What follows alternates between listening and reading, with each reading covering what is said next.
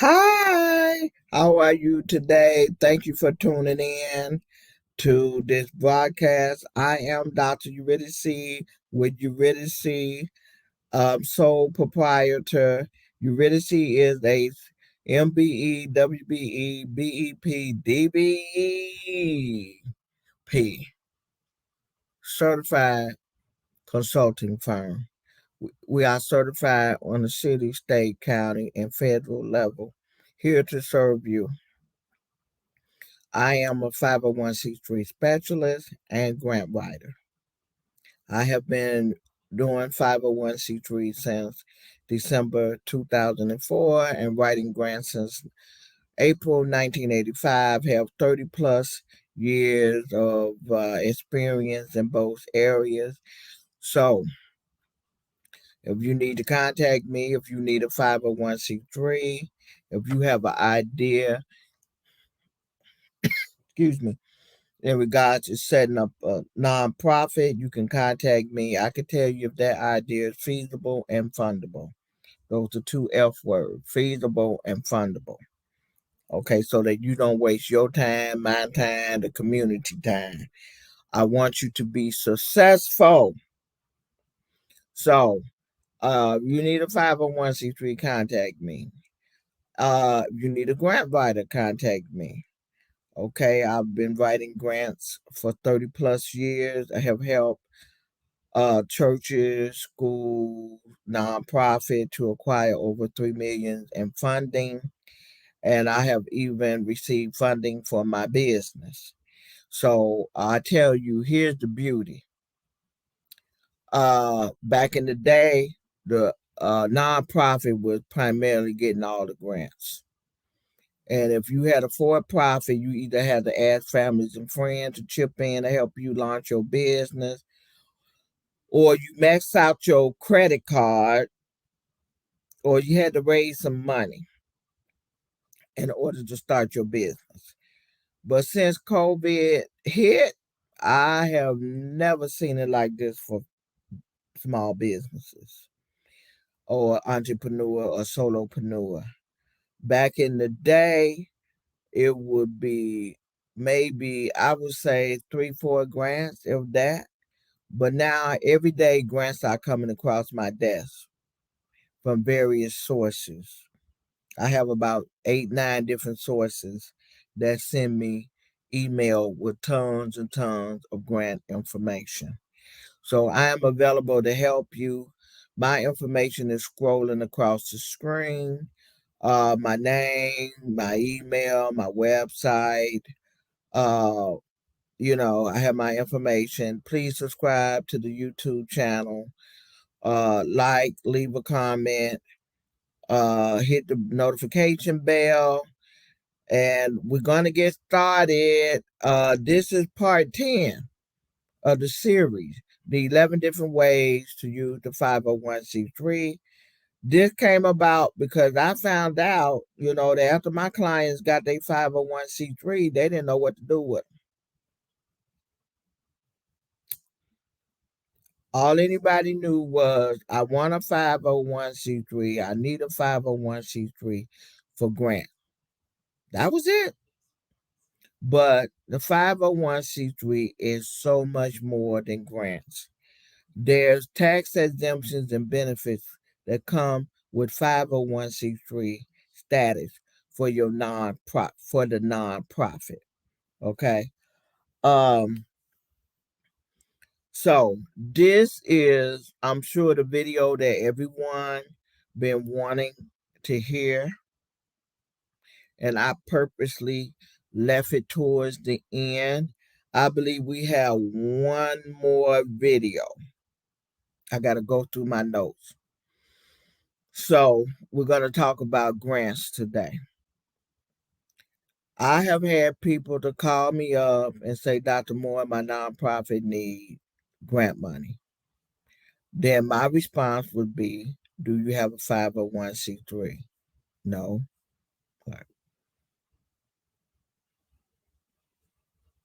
Okay. Do you have a nonprofit? No.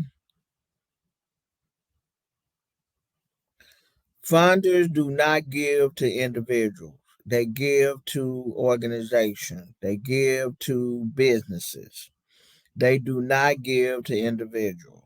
So your first step is you have to form a nonprofit or you have to form a business.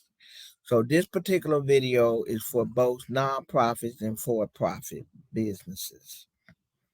So in the nonprofit case, you are in need of a 501c3 because corporations and foundations, businesses, they make so many sales and then they route their money to foundations and corporations.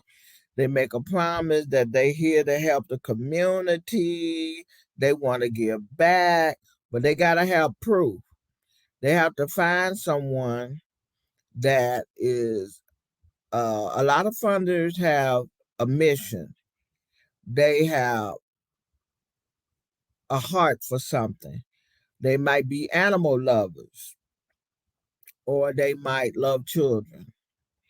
They want to help the single mothers, victim of domestic violence. They want to help the youth. They believe in after school programs or setting up scholarships. So they want to help. So every funder have what is called a mission, which is just another word for passion. What they are passionate about. Some funders are passionate about health and wellness. Wellness. Some funders are passionate about housing. They like, hey, people need some place to lay their head down. Okay, then you have funders that people need to take better care of themselves, sports programs. There are all kinds of passions that funders have, but they do not have the time to go out and seek out those passions and participate in those passions. So what they do is they look for nonprofit that have similar mission, or in other word, passion. And that what they do is, if you are a match, or what they would say, quote unquote, a fit, a good fit, then they will award you the grant. And then, you provide the program and the services. But let me tell you, you cannot take the money and run off with it. You will be responsible for a report at the end of the funding period. Some funding is good for a year, 3 years, 5 years. It depends on the funder. So you are responsible for a report. So if you get a grant, you should keep all your receipts.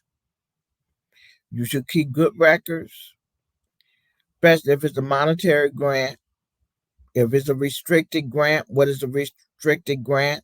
A grant that can only be used for a specific reason. There are restricted grants and unrestricted. You better know which one you have. That's where I come in. You can contact me and I can tell you all that stuff. Okay, so funders, okay. You need the 501c3 if you're a nonprofit in order to receive funding. Now, what if you're a for profit? Well, you need to have a business structure. You need to have a business formation. You have to decide if you're going to be an Inc., if you're going to be a DBA, doing business as. Are you going to be a LLC? Are you going to be a corporation, domestic corporation, foreign corporation? Are you going to be a partnership? And there are two types of partnership: general partnership, limited liability partnership. Or are you going to form another type of business? You got to have a business structure, and not only a business structure, you got to have the documentation that show that you have the business structure that you have.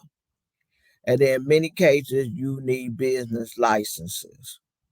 Now, for both group, nonprofit and for-profit, funders are looking for you to have a website. They are looking for you to have a social media presence. They're looking for you to have a business email. So there are some simple things that you need. You can contact me for a free 15-minute consultation in regard to the 501c3 or grant writing or both. I can be contacted. My information is scrolling across the screen.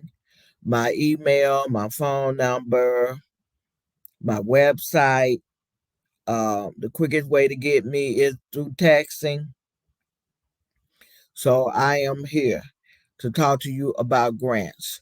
So the first thing, before you go for grant, you got to make sure you have your business structures together. Are you nonprofit or for profit? If you're a nonprofit, are you incorporated? Do you have the 501c3? If you are for profit, do you have the business structure and do you have the business license? And then there's a couple of other things that you need that I am aware of that I'll be more than happy to share with you in a free 15 minutes consultation. So contact me. I have had people to call in and thought that they was ready for grants, but they were not. They had missing element. Some did not have bank accounts. Some did not have a website. Some did not have a social media platform. And I told them, well, once you get these items together, come back to me and I will gladly help you move forward. So I do assessments to see where you are, where you've been, and where you need to go. And we put together an action plan, what needs to be worked on to get you from point A to point B. That's me, Dr. You Ready to See More. So once again, subscribe to this YouTube channel, like, hit the notification bell, leave a comment. My information is scrolling across the screen. We are a certified consulting firm, certified on the city, state, county, and federal level. Please contact me if you need help. People, if you got a question or idea, contact me. It costs you nothing. I give a free 15-minute consultation, and in discussion, we discuss your project and what it is that you need to do. And I am here to help you. So back to grants. So once again, in order to get the grant, you got to have a business structure. Are you nonprofit, for profit? If you're nonprofit, you need that 501c3. If you're for profit, you need your business structure and your business license. And then there's other things that both businesses need to have available in order to move forward to qualify to receive funding. Now, let's say you got everything in place. Then what? Then I can submit a grant application. It is so easy to do grants now. Remember, I said I've been writing grants since April 1985. Back in the day, it was nothing for grants to be 30, 40 pages. Now, when our former president, Barack Obama, got into office and he saw the tremendous hurdles that nonprofits had to go through, the walls they had to leap, the hurdles they had to go through, the obstacle, the bureaucracy, the red tape. He told them, stream that stuff down, put everything online. And now the most of a grant application is 14 pages. There are even one-page grants. Yes, I've seen it with my own eyes.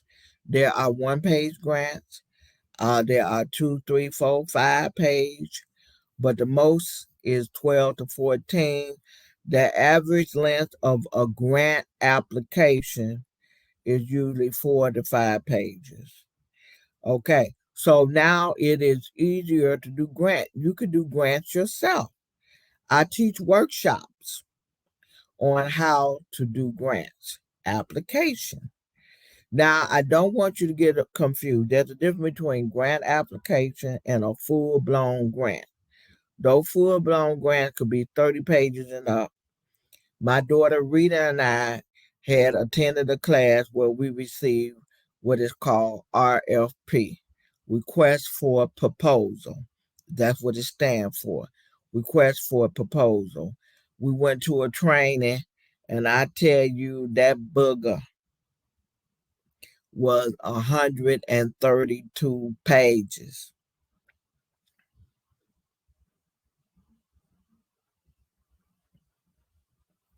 You heard me. 132 pages. We had to work on 132 pages. Not together. We was required to submit a grant. She had to submit her own 132-page grant. I had to submit my own 132-page grant.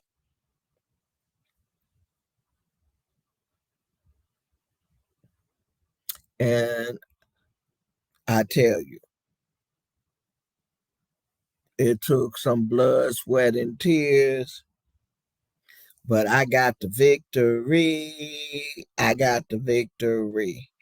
So, if you have an RFP, I plan in the future, sometime in 2022, to help people with RFPs. So I was awarded for my co-host. So anyway, I said all that to say you all can take a little time out to do a simple grant application. Like I said, it could be anywhere from one page. The average grant application is usually anywhere from 4 to 6 pages. The maximum is up to 14 pages. They ask for basic information. They ask for very little documentation because they want to be able to process and get the money to the nonprofits and get the money to the for-profit as fast as they can, because they know COVID have affected the nonprofits and the for-profits. So it's not hard to do grant applications. And I will be having a workshop specifically on grant application. And I want to invite you with it. I will have flyers and posting. And then there will be workshops on the 11 different ways you could use your 501c3. So uh to to critique everything, we talked about grants. There's all types of grant. Anything you want to do, there's a grant. Well, let me share some of the grants I got and other people that I personally know that I worked on and Rita worked on. What are some of the grants that they got? Okay, I have gotten a grant to pay my business license. There's grant to pay your business license. There's grants for operational costs. I have gotten grants to pay the rent, the utility, the phone bill, inventory, equipment, supplies. There's grants that cover those items. There are grants for professional services. I have gotten a grant for professional services where I hired an accountant to work on my tax return. Okay, there are grants for professional services. What is professional services? It would allow you to hire a lawyer, accountant, uh, cover training. If you need training, those are professional services.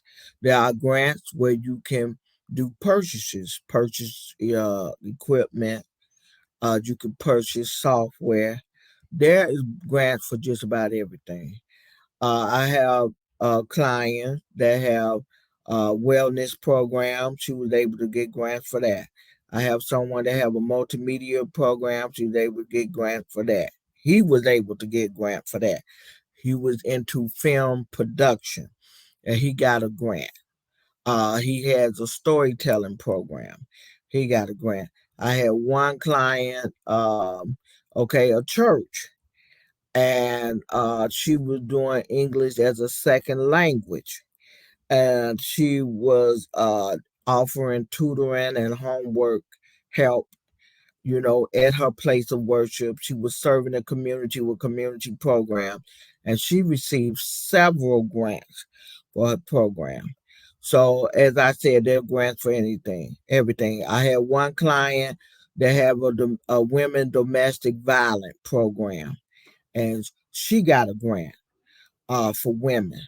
And then, domestic violence, senior, community development. I have one client that was able to get property for his housing program. He had a housing program, and Wells Fargo had gave him property for his housing program.